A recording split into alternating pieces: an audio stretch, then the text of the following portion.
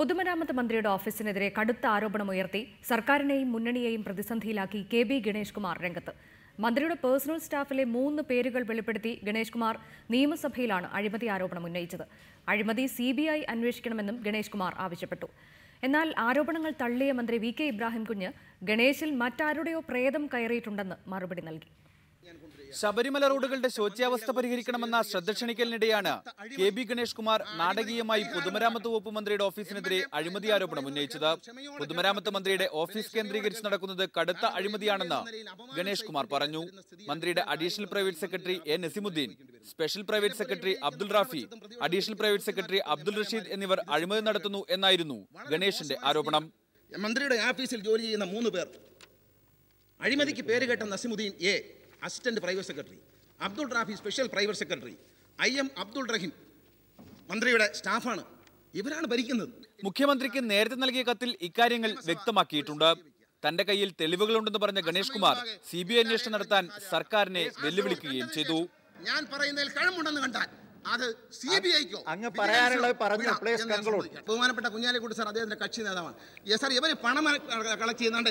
പത്രങ്ങൾ 60 ലക്ഷം മുതൽ 60 ലക്ഷം വരെ എക്സിക്യൂട്ടീവ് സ്ഥലമാനത്തിന് ആർക്ക് വേണ്ടിയാണ് സാർ? ഗണേഷിന്റെ പ്രസംഗം തടസ്സപ്പെടുത്താൻ ഭരണപക്ഷം ശ്രമിച്ചപ്പോൾ പ്രതിപക്ഷം ഗണേഷിന് അനുകൂലമായി രംഗത്തെത്തിയത് അല്പനേരം ബഹളത്തിനിടയാക്കി. ഇതിനിടയിൽ എഴുതി നൽകാത്തതിനാൽ അഴിമതി ആരോപണം ഉന്നയിക്കാനാവില്ലെന്ന് ചെയറിലുണ്ടായിരുന്ന CP മുഹമ്മദ് റൂളിംഗ് നൽകുകയും ചെയ്തു. സമയം തന്നാൽ ഒരു മന്ത്രിയുടെ അഴിമതി കൂടി ഉന്നയിക്കാമെന്ന് പറഞ്ഞ് സഭയിൽ ഒരു ഫയൽ ഉയർത്തി ഗണേഷ് വീണ്ടും ഭരണപക്ഷത്തെ സമ്മർദ്ദത്തിലാക്കി. എഴുതി തന്നാൽ പ്രസംഗിക്കാൻ അവസരം തരുമെങ്കിൽ ആ മന്ത്രിക്ക് മാത്രമല്ല വേറെ മന്ത്രിക്കെതിരെയുണ്ട്, അതും വായിക്കാം. ഇതിനിടയിൽ ഫണ്ടിന്റെ കാര്യത്തിൽ പൊതുമരാമത്ത് വകുപ്പ് മന്ത്രി വിവേചനം കാട്ടുന്നുവെന്ന ആരോപണവും ഗണേഷ് ഉയർത്തി.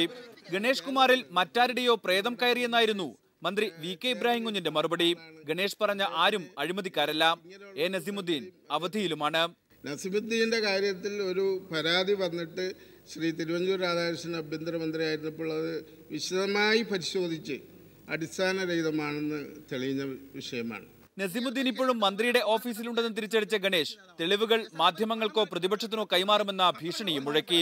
നേരത്തെ തീരുമാനിച്ചതനുസരിച്ചാണ് അഴിമതി വിരുദ്ധ ദിനത്തിൽ തന്നെ സർക്കാരിനെതിരെ ഗുരുതരമായ അഴിമതി ആരോപണങ്ങൾ കെ.ബി. ഗണേഷ് കുമാർ നിയമസഭയിൽ ഉയർത്തിയത്. ഗണേഷ് കുമാറിന്റെ അഴിമതി ആരോപണങ്ങൾ സഭയ്ക്കകത്തും പുറത്തും സർക്കാരിനെ തെല്ലൊന്നുമല്ല പ്രതിസന്ധിയിലാക്കുക. രതീഷ്, റിപ്പോർട്ടർ, തിരുവനന്തപുരം.